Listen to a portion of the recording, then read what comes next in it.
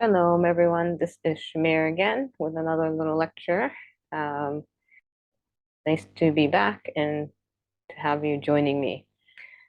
So we started our new parasha reading this week with Bereshit. So parashat Bereshit, which is Genesis. Just going to look at a few verses and look at a few Hebrew words within that verse. Okay, so here we have on this right side, Bereshit, a book, and Bereshit bara Elohim et hashamayim et haaretz. So in the beginning, right? So we say in the beginning, but technically there's no definite article in Hebrew. There would be a hey there, or at least a patach under the bet. So it looks like this. So that would make it definite, but it's indefinite. But we translate it as in the beginning. Technically, it's more like in a beginning. Okay, so Bereshit, and the word Bereshit is made up of a preposition be, which is in or on, and then Reshit, the noun, or first. So in the first or in the beginning. Okay, and then we have God created from nothing. So we have bara Elohim. Right? Bara means to create from nothing. This word is generally only used with God and not with humans. Usually, if it's a human doing something, we use the word asa, to do or make. When we read this psalm where David says, "Create in me a new heart," he's actually using this word bara. So it's a work only God can do.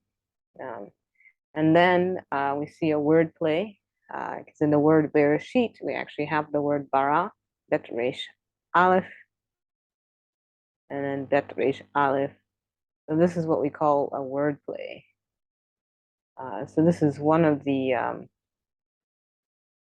severe drawbacks of translations, is that you lose all of the wordplay, so you don't see that. So you wouldn't see this wordplay unless you were looking at this in Hebrew. So God created from nothing, or a material that's unknown to humans, the heavens, Hashemayim, and the earth, Eretz. And you probably will notice that Eretz is spelled differently here than here. Here we have the hey with the kamat, so it's a definite article, the. So it changes the spelling a little bit. Okay. So then we have Ve'aretz hayata tohu vavohu ve'choshek al pnei tahom. Okay, so the earth was without form. What we say, it's a little softer than really what the words actually mean. So that's tohu and void, bohu. But the idea actually is complete chaos. There was complete chaos. And remember, so this kind of coincides a little bit with, you hear the scientific community saying that the universe was in chaos. And so we can, from this, ascertain that that is true. It was just complete disorder and chaos. And darkness, which is choshech, was over the face of the deep. Where is that?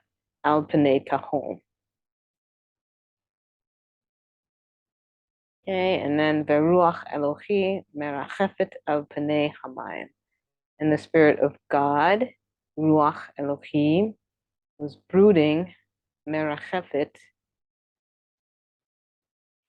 like a mother hen over her chickens, her chicks, over the face of the waters. I know in English it says water, but mayim is actually plural.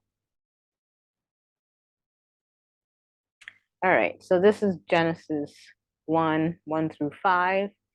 And then in the book of John, chapter 1, we see the same thing again. Bereshit, right? Bereshit haya hadavar, v'hadavar haya im ha'elohim. So Bereshit, the word, hadavar, if you read Greek, logos, or logos, logos, however you want to say it. And then we have Bereshit. The first chapter of John actually gives more of a synopsis of the Tanakh, significant parts of it. I remember when I was younger and not did not know Hebrew, and I would hear people say how you can look into a book and see, look into a book in the Apostles or New Testament, and then see, say, a whole chapter of the Tanakh. So I always thought, how do you get there from where I am? I don't see that, and I want to see that. But so in the first chapter of John, this is John chapter 1, by the way. I think I put 1 through 4. So in that chapter, we have a lot going on there from the Tanakh, and this is one of them. Okay, so in the beginning, Bereshit, the word hadavar. Davar can mean word, matter, or thing. Was haya. Haya is the verb to be, or existence. This is what Yahweh said, right? Using this verb, ifye, I am or I will be. And in the Apostles, Yeshua uses this verb to be, the I am statement, 54 times. One of my least favorite translations is when Yeshua is walking on the water, and some translations have him say, "It is I," but it's not what he said. He said, "I am." And the walking on the water is the first thing you should think about is Exodus when you read that story. But anyway, so I'll leave that there. But it's not necessarily what you think. All right, so let's move on.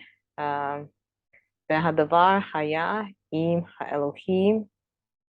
And the word was with God, Elohim, right? And the word was God, meaning that he is deity, right?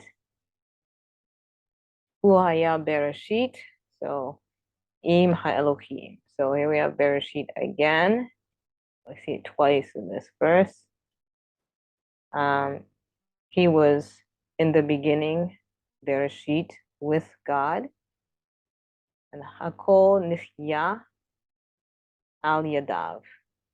And all things existed according to his hand. That's kind of a wooden statement, but again, Nifye or Nifya is the same as Haya. So it's the verb to be. This is a Nifal verb. So it means existence. It's a lot to explain, but in short, this is why I say existed. The English is something a little different, but I just want to bring the point across that this is a verb meaning existence or something that is. Okay, so nothing existed, nothing, not one thing existed, unless it was created by the word. Baladav lo nifya kol asher nifya. So, and without him, not one thing existed, nothing.